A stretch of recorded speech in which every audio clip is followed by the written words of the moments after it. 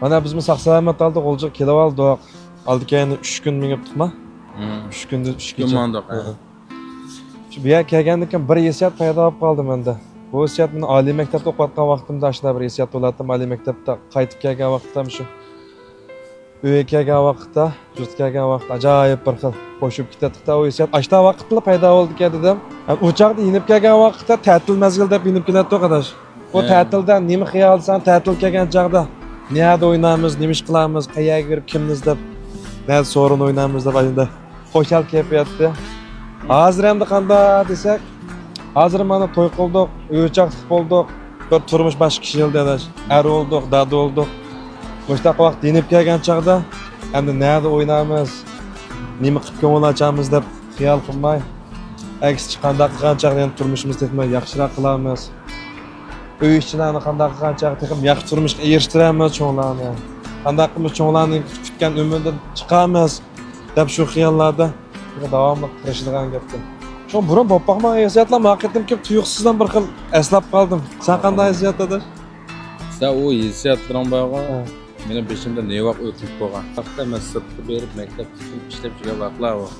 To'g'ri. Gapni jingim desak shu gap. Endi bu yerga kelib men qanday bo'ldim deganda o'zim ozroq umidsizlik qolgandek bo'ldim. Bu yerga kelib ish qilib qanday bu G'ul shaharda nurg'un boshqa suva o'tgan bu.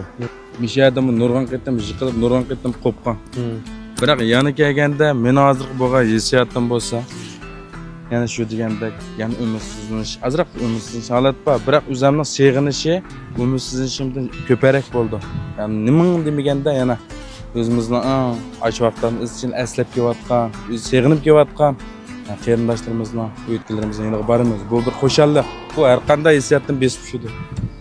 Biz bu yerga kelib, G'ulshahar kelyapti, bu saraliq, Gonjo deyish qilinmayapti deb balkim deb qoldinglar. Unda emas qarindoshlar. Bu shu vaqt munosabati bilan ashada to'g'richa, qisqinchilik bir vaqtda bekor o'tkazib, ish qilamga asosda vaqtimiz o'tkazatmayli deb mishaga bo'lsa, qarindoshlarim mishaga kelib, o'zimizning o'yinchilarga qisqa vaqt amra bo'lsaqmi, umidimiz yetkicha, mushlarni endi bir turayli deb keldik qarindoshlar. Shuningga yana deydiganimiz bo'lsa, bu saraliqning safari oxirlashgani yo'q. Endi boshlandi. Biz menishdan burun sizlarga bir eskartib o'tgan. Biz bugun G'ulshahar keldik, endi nilqiga mangimiz hozir. Biz kunlab kechada uxlamay, bizning yo'limizga talmirayotgan odamlar yeniga o'qdak mangdik qadash. Aldirab ketib boramiz. Bizni aldirab ketib boramiz. Shuningga